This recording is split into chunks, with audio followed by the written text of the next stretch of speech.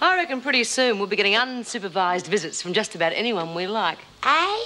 How come? Well, if I can get one from Ken, I reckon anyone can.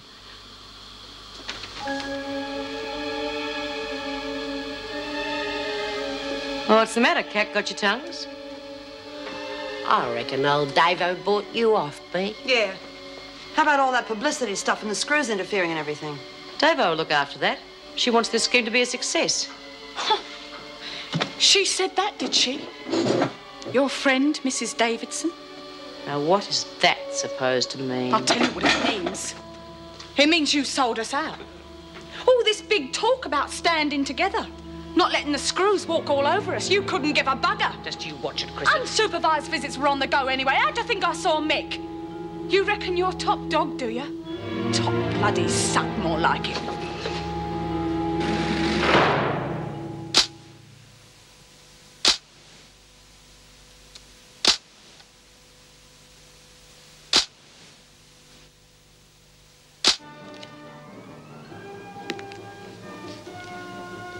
Isn't anyone going to have a round of cards with me? Oh, come on, what is wrong with you lot? What do you think we should do with the bit you sells our mates out to the screws, then?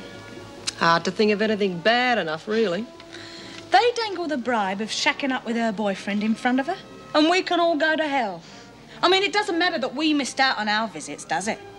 Well, I'm damned if I'm going to take orders from the likes of her. Yeah, me Not neither. from someone who sucks up to the screws, anyway. Oh, right. I did not suck up to the screws and I did not sell you out. Now, have you got that straight? Oh, yeah. That doesn't explain why you did it. Look, we boycotted the visiting suite to make a point, didn't we? The visits were not completely unsupervised, nor was everyone eligible for them. It was nowhere near as rosy as it sounded in the newspapers. Yeah, but that still doesn't explain why you did what you did, B. Well, I've won a point, haven't I? Davo has promised that from now on the visits will be completely unsupervised. Well, we'll see if they stick to their word. My visit with Ken is a test case. Oh, yeah, your visit was a bloody test case. Why couldn't it have been mine? I mean, why must you always get your own way?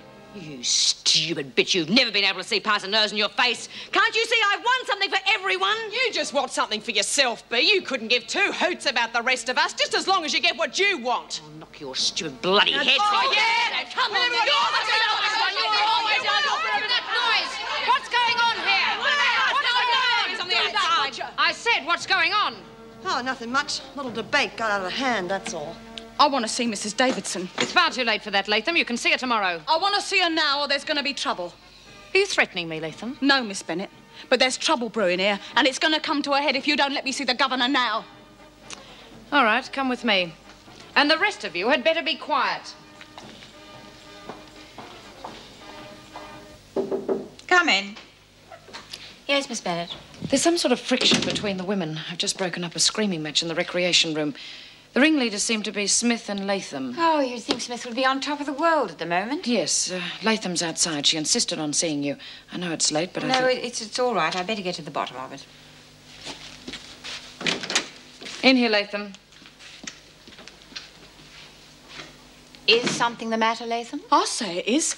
Bloody Smith told us we had to give up our private visits. Said she was going to bash us if we didn't. Now her bloke can come in on a visit. It's all on again, and I've bloody missed out. What's your language, Latham? Are you saying that Smith forced you to refuse your conjugal visit? Yeah, she made us all give 'em up just 'cause she was jealous. Didn't have a bloke to visit her, did she? But now he is. It's all right. So I want my visit with Mick arranged like it was. You've already had your visit. I know, but not alone like it was promised. You know it's against the rules to have 2 visits in 1 week. Oh, that Smith's got a lot to answer for, and I'm going to make sure she bloody well does. That's enough of that. Your case is due to come up before the parole board next week. You would be very foolish to do anything that would jeopardize the chances of your release. After all, you do have a baby to consider. Yeah, you're right. Then you would be unwise to do anything that would cause unnecessary attention to yourself before your case is reviewed. Okay. I'll pull me head in, Mrs. Davidson. I just want to get out, that's all. You can have your unsupervised visit next week. If you're still here, of course, I hope you won't be. Oh, thanks. You can take her back now, Miss Bennett. What if there's more trouble? I'm sure there won't be. No, there won't be. Not from me, anyway. Come on, Latham. Thanks for putting me straight, Mrs. Davidson. I'm glad Mrs. Davidson mentioned about my parole. I don't want nothing mucking that up. That's if the parole board have the time to consider your case. Yeah, they didn't last time. The time before that parole was turned down, wasn't it? Because of a detrimental report from Mr. Gillespie? Yeah, I'm glad he's not here now. But of course, reports from the officers will be taken into account. I wouldn't get my hopes up too high if I were you. You saying I might not get it at all? You can hardly expect all the reports to be in your favour, Latham. No.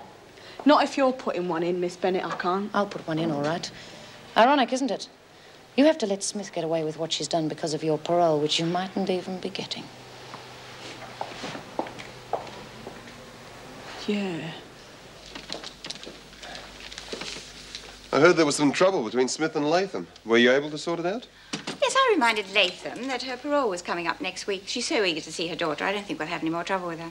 I gather that she really cares for the child. Oh, yes, there's been quite a change in her since Elizabeth was born. She's become fiercely maternal. Well, I don't know her very well. She's never signed on for any of my classes. Well, I think she's been far too busy working to make as much money as she can to support her daughter. Perhaps you should have a talk with her and persuade her to sign on for one of your courses. But if she's likely to be paroled next Well, week... to be honest, that's why I suggested it. It would be all in her favour if the report indicated she'd taken an interest in the prison facilities. Then if by chance she doesn't get her release, well, doing one of your courses might help her get a better chance when she is released. Right, well, I'll speak to her in the morning. But there's not much doubt about her parole, is there? Oh, no, I don't think so. All right, Latham, behave yourself. Not that I can see it'll make much difference.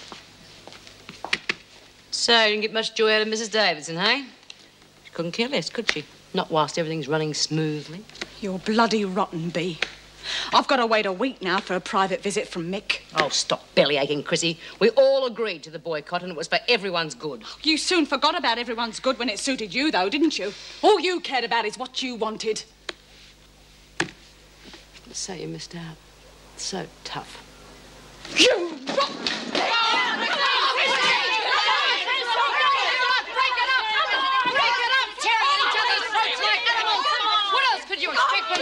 Kill you! Oh, you and who's that? That's enough.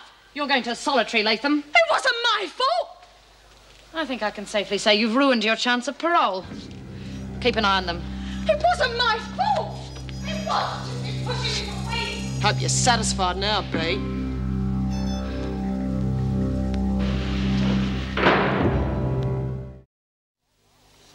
Oh, God, I hope mine doesn't go black. That damn Chrissy needs taking down a peg or two. Don't you reckon losing a parole was bad enough? Well, it's not my fault if she loses it. I didn't ask the silly bitch to come at me, now did I? Well, you can't blame her. She was upset. Oh, no, you can't blame her. Can't blame anybody. Not when you've all got me to blame. You know, I didn't think you'd turn against me too, Lizzie. I'm not turning against you, Bee. I just can't stand by in this. What you did was pretty lousy, I reckon. You just don't understand, do you? Blood oath, I don't. Neither do the others.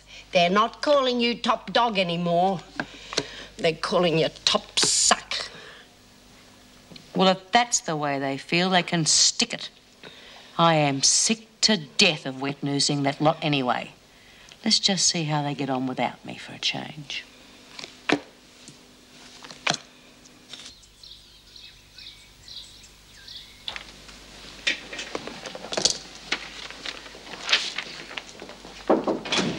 Good morning, Miss Bennett. Oh, you've seen my report. Yes, were either of the women hurt?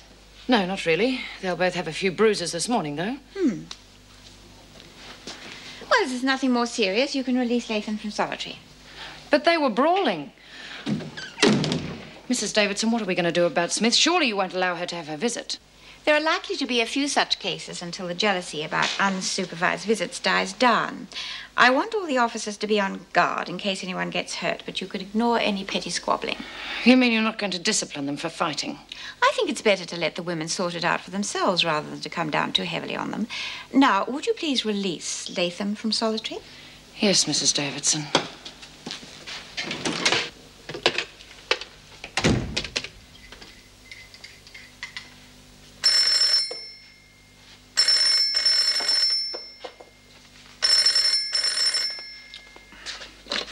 Ken Pierce.